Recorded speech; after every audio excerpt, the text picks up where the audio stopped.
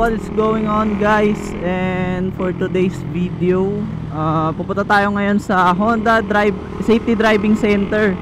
So we got invited by Honda Philippines to test ride some of their pre-release motorcycles. I believe it's 2024 or 2025. But I think mostly this motorcycle is somewhat available in Honda Wheeltech sa BGC, which is yung bago nilang i-release na CBR 650R and CB650R na may bagong features ni Honda, which is yung electronic clutch system. So brief background lang sa electronic clutch system nila is you can feel free to use a manual transmission motorcycle with the ease of using the clutch. So ang kalalabasan nila is mostly parang semi-automatic na. And ayun, papunta tayo Osmeña. I'm super excited kasi this is our very first event na pupuntahan natin dito sa vlog na to, kaya sobrang nakaka-flatter din na we got invited in the Honda Philippines event.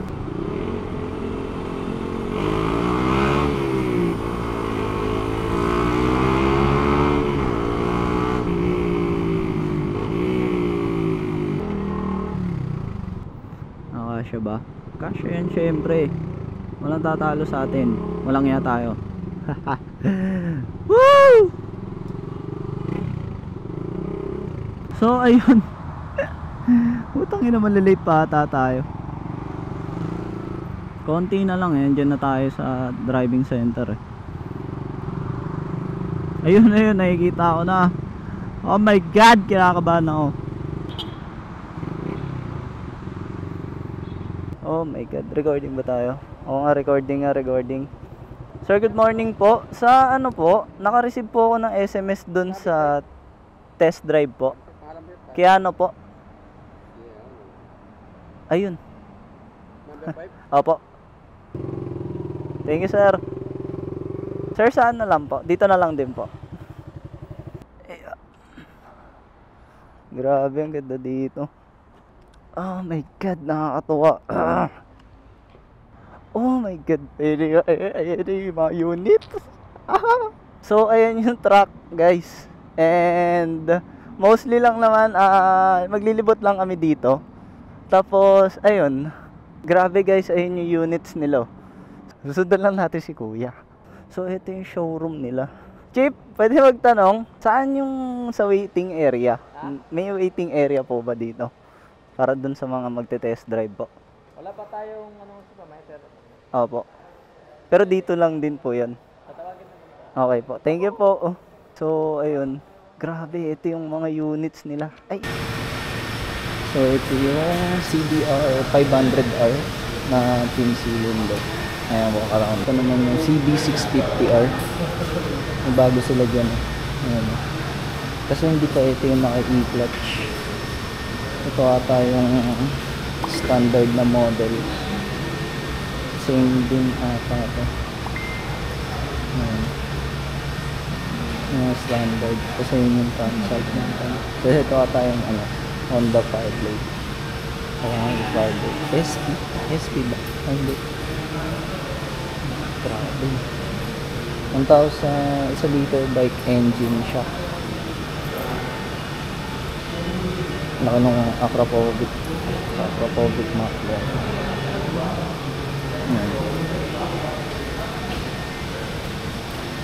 So ito yung Transalt, no?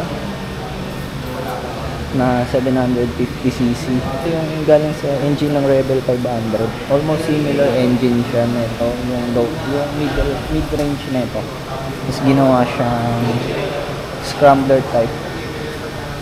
Mostly ginawa siyang parang Triumph Bonneville na yung dating. Mga 17-inch na mags, same headlight, same headlight siya ng Rebel. Kasi ito yung Rebel 1100. Kasi ito yung XIDB.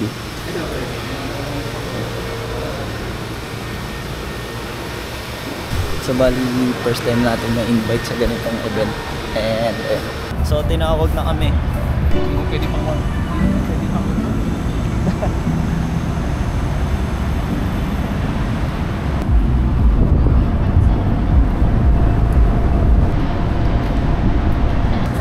May mga test drive units. Tama po, no? Magsasign na lang po kasama yung license po, no? Oo. Sir, mag-ano lang po, yung knee pads daw po. Knee pads daw na, sir. So, ayun. Bali tatlo yung test drive natin yung unit ngayon.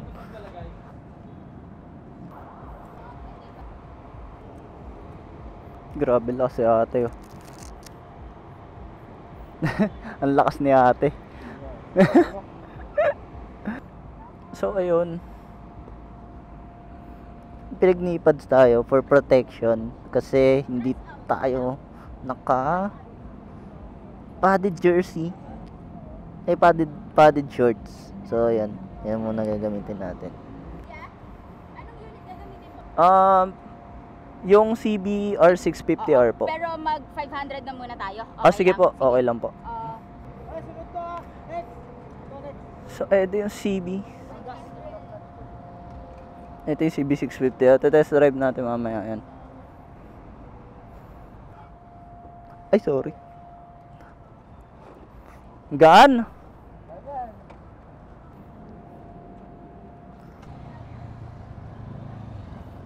Yup, may siya. Ibit betlog system. Ang sakit. Sakit siya sa itlog. Grabe, hindi ko ina-expect na mapa-flatfoot ko to.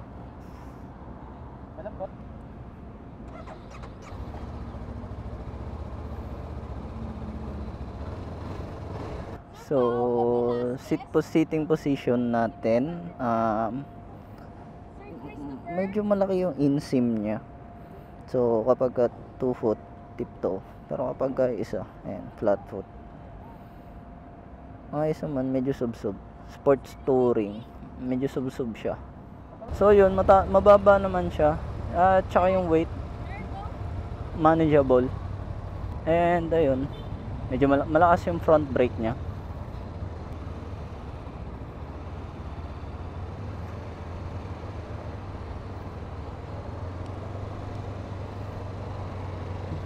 Medyo sub-sub ang sitting position natin. Kasi ayan, kagaya niyan. Sobrang nakakatuwa, paunlakan ni Honda. And soon makabili na rin tayo. And ito, given na rin yan, na pagbigyan tayo, makapag-test drive ng mga gusto nating units. So, ito ngayon is the CB500X. So, 3 unit yung ite-test drive ko. Try na lang din natin if makakapag-test drive tayo ng iba. Pero, ito talaga yun eh.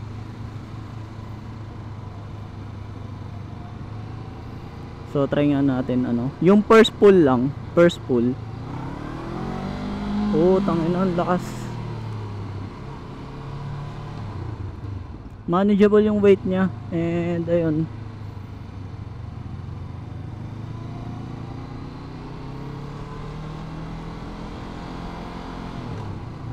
Sobrang lambot ng clutch. At saka maganda yung engine brake given na naka-sleeper clutch siya. Ngayon, testing natin dito sa meron sila dito parang ayan.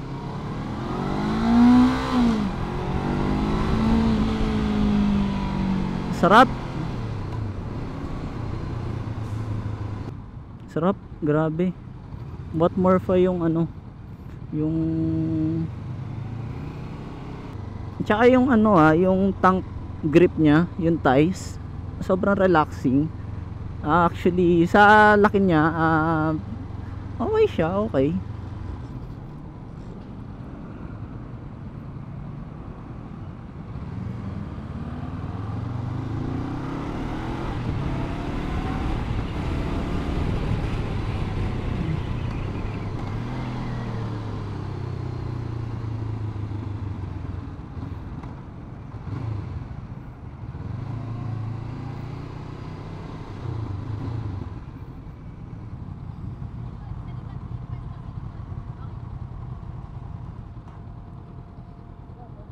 Yung 650R po. 650R. CBR.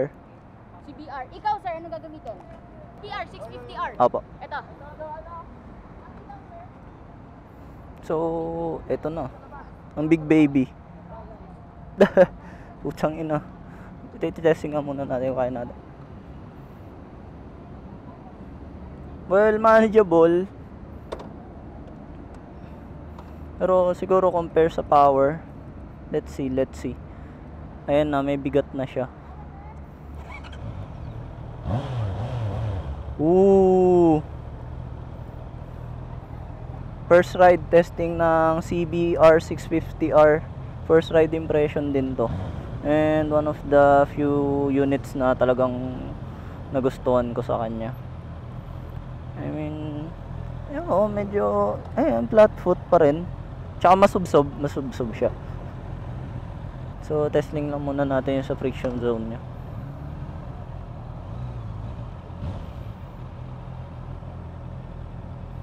So, din natin to medyo mabigat. May kabigatan na siya.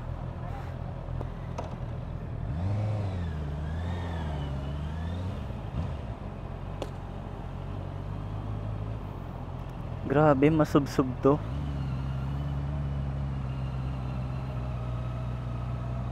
At saka mas okay yung handling.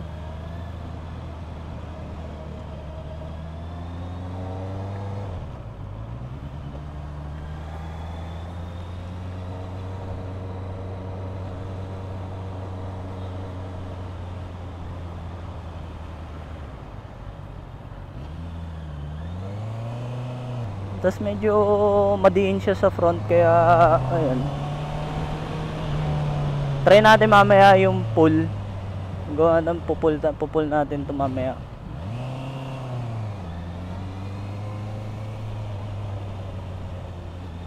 So front brake, sobrang lakas ang front brake niya.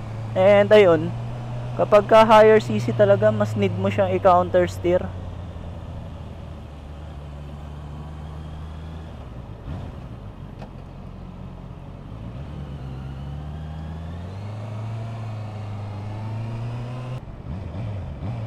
Tsaka grabe yung ugong ng makina kahit sa stock. Testingan natin yung pull na ito. Malayo pa naman sila sa akin, diba? Pull.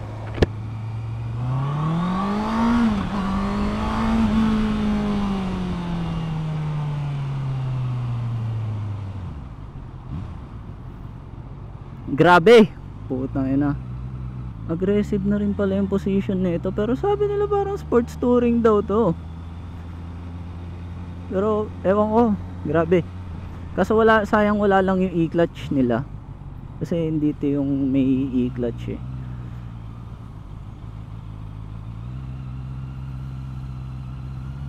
Grabe. Bibihira ako magamit yung rear brake niya kasi nuknungan ng kapit ng front brake. Woo! Hindi pa natin natatry engine brake nito eh. Grabe, ang ganda.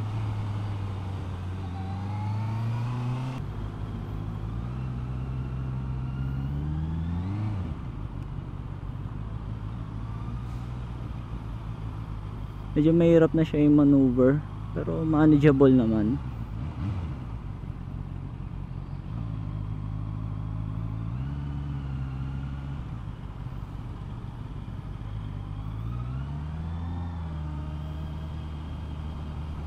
Actually, parang mas preferred ko to.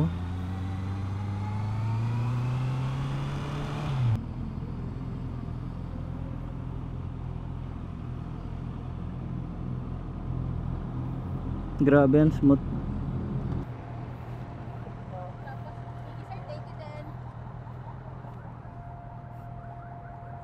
So yun, habol tayo ng test drive dito sa baka, ewan ko, trip ko rin kasi itong naked na to eh. Ito is yung Rebel CBR 650R na standard, no e-clutch. CB 500X, ay 500R, 500F to. Ito yung tatry natin. Tapos ito yung 1100 ng Rebel CL 500.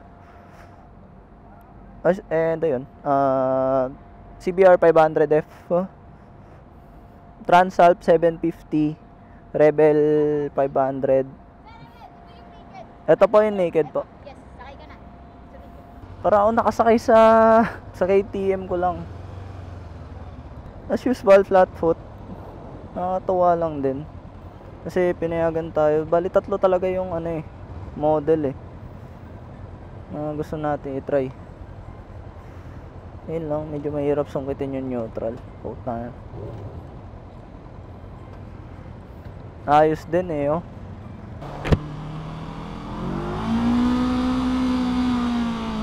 Putang ina, iba yung iba yung atak nun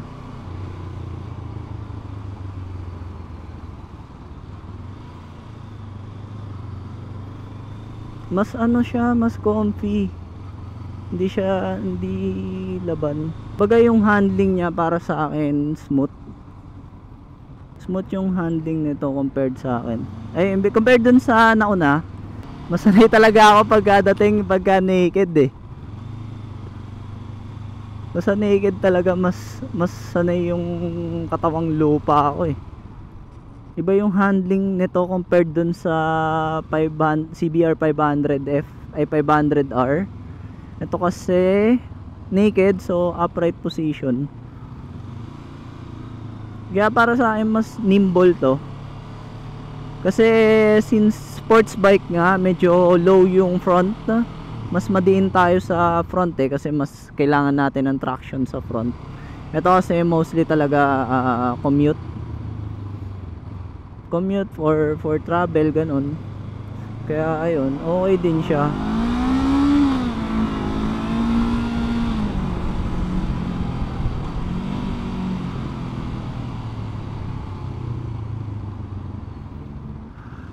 Kasi ito mas okay siya sa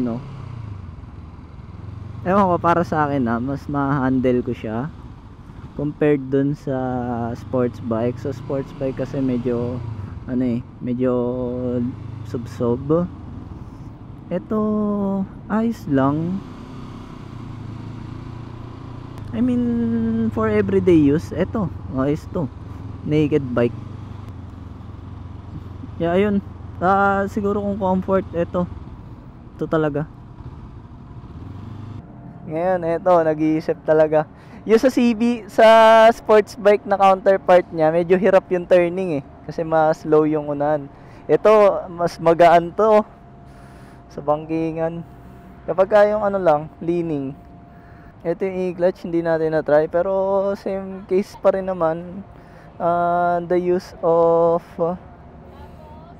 the manual tranny with the electronic suspension, electronic clutch system nila na no need ka na mag-clutch in kapag ka mag-shift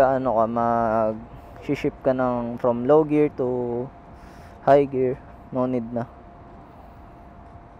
Pero at the same time, pwede pa rin naman siya gamitin as standard clutch. Pero pag tinatamad ka, yan, electronic clutch suspension. So parang ito ata almost 2 kilos daw. 2 kilos ata yung nadagdag sa weight mismo ng ng motor. Ito ya. Thank you po. And so that's a wrap na. Bali thank you din sa Honda Philippines for inviting me dito sa pa-test drive unit nila, and at the same time it's a good experience din sa akin pagdating sa mga ganitong klase ng event kasi to be honest, this is my first time talaga. And ayun, glad to say na kasama ako sa mga na-invite even though sobrang limited ng slots. Tapos binigyan pa tayo nila ng cup. Meron pa silang pa previous na cup and stickers. Actually may sticker yan Ayan, Pro Honda. So soon na sana makakuha na rin tayo ng sarili nating unit.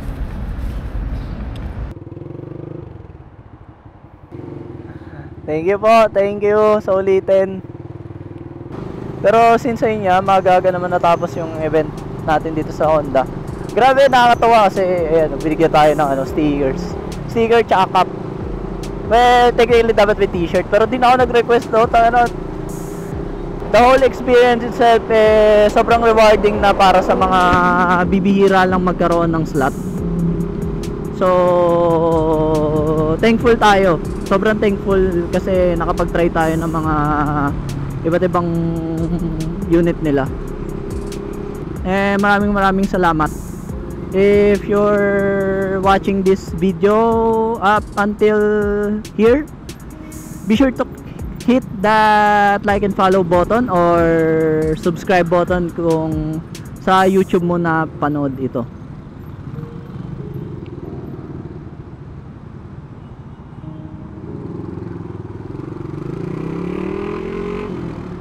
So ayun guys, see you on the next one. Peace out.